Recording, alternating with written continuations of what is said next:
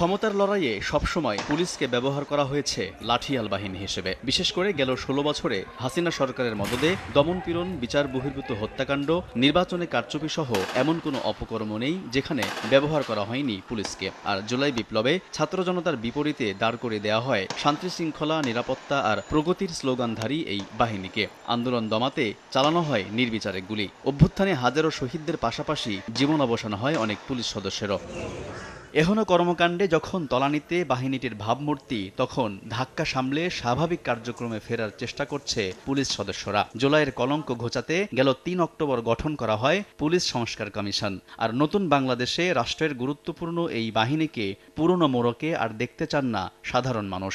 Police আমাদের বন্ধু, police আমাদের শত্রু নয়। দলমত নির্বিশেষে সবার জন্য কাজ করা উচিত। আইনগত প্রয়োগটা ঠিক মতো হয়, এটাই আসলে আমরা চাচ্ছি। মানুষের চাহিদা বিবেচনায় এবার স্বাধীন পুলিশ কমিশন গঠনের লক্ষ্যে একটি খসড়া প্রস্তাব প্রস্তুত করেছে পুলিশ সদর দফতর। জনবান্ধব পুলিশ গড়তে আইন সংশোধন, নিয়োগ প্রক্রিয়ার পরিবর্তন ও পদোন্নতির ক্ষেত্রে যে কোনো রাজনৈতিক তদবির অগ্রাহ্য করার সুপারিশ করা হয়েছে ওই খসড়ায়। খুব শীঘ্রই তা পাঠানো হবে পুলিশ সংস্কার কমিশনকে। পুলিশ কমিশন কিংবা পাবলিক সেফটি কমিশন, যে নামই আমরা বলি না কেন, একটি কমিশন গঠনের মাধ্যমে যাতে করে এটি এমন একটি মেকানিজম তৈরি করা যাতে পুলিশ তার কার্যক্রমটি স্বাভাবিক প্রক্রিয়ায় এবং আইনের আলোকে জনগণের স্বার্থে করে যেতে সক্ষম হয়। বিশেষজ্ঞরা অবশ্য মনে করেন, জনগণের ট্যাক্সের টাকায় চলা রাষ্ট্রীয় বাহিনীটির মূল উদ্দেশ্যই হতে হবে দেশ ও জাতির স্বার্থ রক্ষা। আর রাজনীতিতে পুলিশের ব্যবহার বন্ধ করতে না পারলে কোনো উদ্যোগেই সুফল আসবে না বলে মনে করেন